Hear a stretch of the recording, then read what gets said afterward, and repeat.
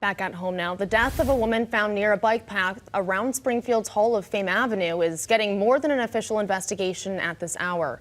Western Mass News reporter Wesley Days is live for us with more on the internet fodder about a possible New England serial killer. And Wesley, to be clear, no official has tied this unattended death in Springfield to other investigations. Yeah, no one, and I can't state that enough. No one in this state has done that, Amanda. In fact, law enforcement in other states also say they can't tie death investigations in their areas to this suspected serial killer. You may have seen over social media followers are becoming detectives at some point. In fact, in just the past week, a Facebook group known as New England SK for Serial Killer was created and is already up to 19,000 members, and there are posts talking about Tuesday's incident. I want to show you a map, though. The group is trying to tie suspicious deaths or human remains found in multiple cities in Connecticut, Rhode Island, and Eastern Mass back to one mastermind at this hour. Those concerns have been disputed by law enforcement across the region.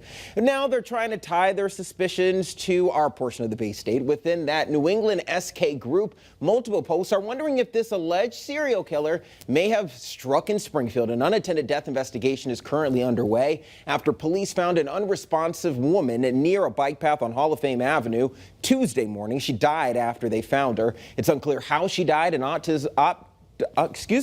autopsy is being conducted by the medical examiner's office at this time. Right now, we've reached out to the DA's office about these online rumors, as well as concerns over public safety in this case. We have yet to hear back at this hour. Reporting live in studio, Wesley Days, Western Mass News.